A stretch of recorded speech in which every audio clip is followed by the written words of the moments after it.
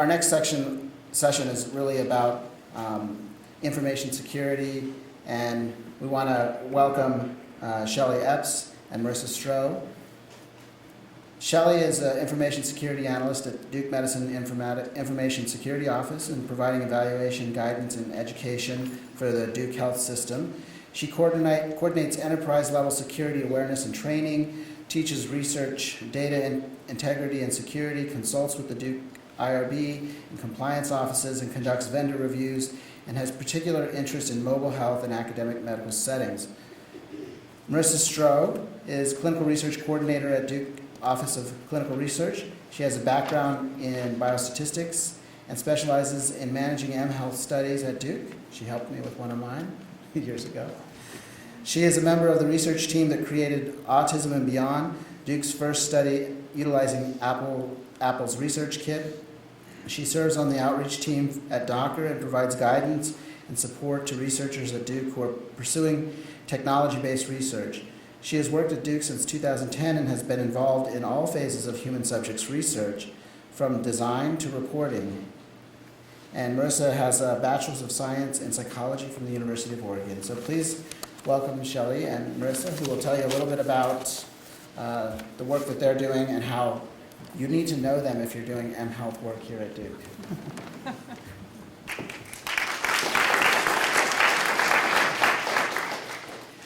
I think a lot of you already do know us if you're doing mHealth work here at Duke.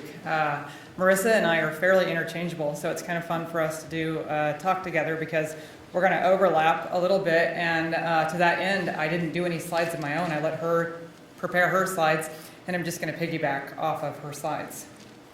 So I think, first of all, I want to say it's been fun to sit here this morning and listen to some of the talks and hear the threat of security that has been introduced through all of the talks from our keynote speaker, who basically said, you know, ignoring this will derail you, to our delightful winners who said, you know, we need guidance. We have no idea what we're doing. That's my favorite quote of the morning, by the way, is I have no idea what I'm doing. I may stitch that on my shirt before the end of the day. So, one thing that I want to say about security at Duke is that it's an evolving process. We learn as we go in security. There's something really special happening at Duke right now. So if you've never worked for another AMC, you may not understand how important and special what is happening is at Duke right now. I first met some of our mobile health researchers 3 years ago in a conference that Bernard and Ryan Shaw and were hosting, and we came and gave a very short talk that day, and the phone started ringing afterwards with people saying, "Hey, I heard you talk. We have a study coming up. Can you give us some input and advice on that?" And for a security officer, that is both insanely rewarding and just very, very unique. People like to think that security is the death of innovation. And so we struggle to kind of get rid of that mindset, to make sure that we incorporate security into the design of innovation so that it's not seen as a barrier, it's not seen as a hurdle, it's seen as a critical component to actually doing good, innovative research studies. We work really closely with the other administrative offices. And so security, IRB, DOCR, which is our Duke Office of Clinical Research, OCRC, which is one of our contracts office, and central procurement. There are individuals in each of these offices who are there and are put there intentionally to guide and to enable good research to happen. So one thing that Marissa and I really want to hit on this morning is that traditionally the idea is that in order to get your research study approved and moving forward, you need IRB approval. We work really closely with each other in these offices to make sure that the regulatory IRB approval that you receive doesn't wind up coming back 2 years later with a compliance issue or 2 years later with a contract issue. Our CISO sent me an email this morning basically saying that one of the people in our own backyard just settled with a $750,000 OCR fine for engaging with a vendor without putting a business associate agreement in place. So these are the kinds of things that we try to really work with our researchers to create a big picture for. If you don't know me, I want to greatly encourage you to get to know me. Our security office is very accessible. We have a couple other security officers here as well. Don Elsner in the back there is going to be somebody who you'll see really getting involved in some of the mobile landscape and the mobile studies. Chris Hudson in the back works with me really closely on research oversight and vendor reviews. And so we do vendor reviews for the research community as well. Marissa's going to talk a little bit about some different components of this, but I do want to challenge you as you're working with us. So one of the things that we have been attempting over the last couple of years is to help our researchers be intentional and thinking up front about how to help us do our jobs. So for instance, we get a lot of proposals and information that's submitted to us that comes in Word format. And if you've ever been in an administrative office, you know that you just get PDF after email, and they say things like this: could you comment, right? Could you give us your input on these many, many PDFs? We want to encourage you that the first step in your research design process should be to map out physically what you intend to do. So put together a data flow diagram, put together a research design diagram that visually maps out your intent, and those are much less easy to misinterpret than some of the verbal information that gets put in front of us. So Marissa teaches a course actually in how to map the data flows and think through some of the data flows. And if you can work with us to put that together, it's not to say it can't be revised later, it's to say that type of document should be the beginning document that leads to everything that you do after that. It leads to your protocol, it leads to your summary, to your waivers, to your contracts. We also want to encourage you to be thinking about precise language, right? I have a 12-year-old. He is in love with the precision of language statement that he heard in a movie recently. But the more I think about it, the more I think it's really, really important for us to be precise in our language. So we get proposals all the time that are put in front of us that say, we're going to send data to a vendor. And from a HIPAA security perspective, if send means good encryption in transit, that is awesome. If send means clear text, that is not so awesome for us from a HIPAA OCR perspective. So when you are putting together your proposals, really think about the language and the precision of the language that you're using. So SFTP, HTTPS, secure email, our box account. Those are the types of things that we actually want you to use in your language for us so that all of these different offices can actually guide you extremely well. We also want to encourage you that occasionally things take time. So we do work very quickly. All of these offices work as quickly as we can. But many times the questions that you ask us are so challenging that it takes a few minutes to sit and think about them and to talk with coworkers about them and to look at the OCR guidance and the FTC guidance and the different guidances around them to decide what we really know. The landscape that we're in today is critically changed from the landscape that we were in 5 years ago. And so what worked for us 5 years ago may not work for us today. 5 years from now, something very different may work for us.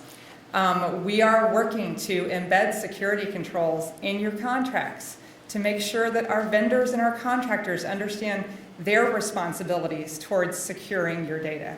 And just as a personal note, I do a bunch of vendor reviews. Not every vendor that you ask us to choose is a good vendor.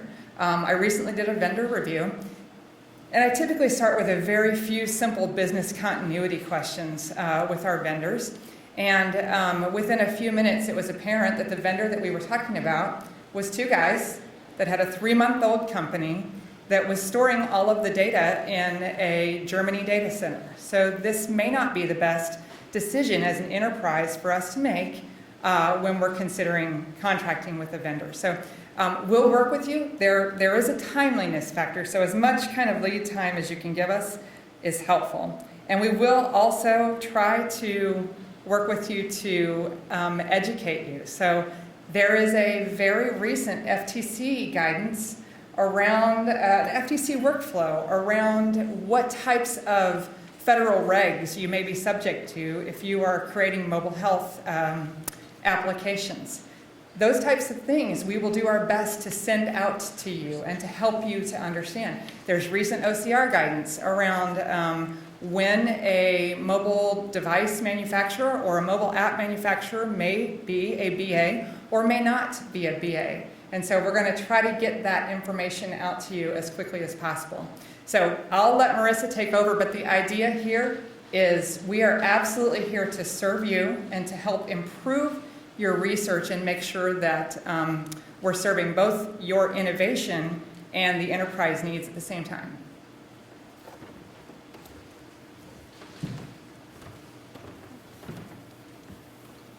Hi, thank you for Shelly. I wanted to appreciate all the things you said and also the message that you gave here. Marissa Stroo, I'm from DOCR and I'm part of the outreach team. And I want to give you a little bit of a service pitch on why you should be talking to us. So first, if you don't know us, the Duke Office of Clinical Research is here to support your research in every step of the way. We want to help you get through the process and get your ideas actually started off the ground. We have currently studies using all of these types of technologies here at Duke. We come to these meetings and hear about the great, exciting things that you guys want to do, and you walk away excited to use the new technology, new partnerships.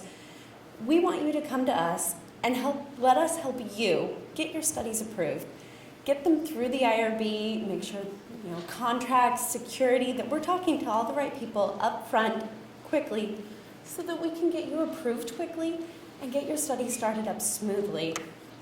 To that end, we offer study planning, grant development, and navigation assistance. We're a newer group here with DOCR. Our outreach team will sit with you, and all of these are free services that we offer to anybody in the research community. So when we come to you and say, would you like a study planning meeting? We are going to sit down with you face-to-face. Before we meet with you, we'll read all your documents in an ERB or ask you to send us everything. We will help you edit regulatory documents to make sure you have clear, transparent language in them. We'll help you sit down first and map that data flow, just like Shelly talked about. We want to make sure that we answered all the questions. Where is your data going? Who has it? How are you sending it? Every step from your participant to sponsor end. We're going to map all of that out and answer all the questions. And then translate that into your regulatory documents. And then we're going to help you navigate the process. We're going to say, it looks like you may have a contractual need. Let's get OCRC involved. We have security questions. Let's contact our security office. Let's, contact the sponsor, vendor, and figure out some of these things if we don't know the questions or the answers there. And we're also going to follow up with you and make sure that things are moving along. If you have questions, we want to send you the regulatory documents we talked about.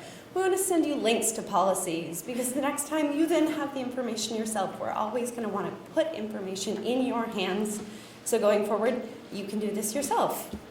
And then other startup support. Sometimes we identify that you might need help with building databases or more bodies. Luckily, DOCR has those services available. So we'll connect with you and say, do you need someone to build you your database? Do you need someone to work on your study doing data entry? Whatever your needs are, we're going to help you through those.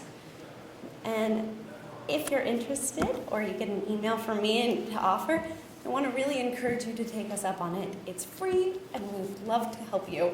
You can email us or at study planning or at grants.duke, or give us a call directly, and they'll route you to us.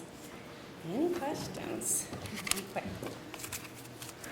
I think the other thing that we'll say real quickly is Marissa and I and our teams, we're both also really committed to funneling you into easiest pathways. So we have a number of whitelisted scenarios and applications. We're working to hear your needs and to whitelist new pathways. So one thing that we're actively working on right now is the ResearchKit platform. And can we work with Duke leadership to have a whitelisted ResearchKit platform so that we're not reviewing the same thing over and over again. We are channeling into a enterprise resource that can be used, and then we're really just looking at the specific ICF language around the permissions that you're using for those particular studies. So as you have needs that you feel are global needs, absolutely let us know about them. We don't have all the answers to them. There are challenges that we have faced over the past years, and how to think about things like texting, which is inherently largely an unsecure form of communication, and yet we need it. So if you will talk to us about this and work with us around these types of things, we are absolutely here, and it may not be tomorrow that we have a solution for you, but over time we will continue to think through enterprise solutions that we can whitelist for you. So for instance, right now we all know Duke Box is a really great resource for us that we can use. So those are the kinds of things that we want to hear from you, and we're absolutely open to your feedback to us as well.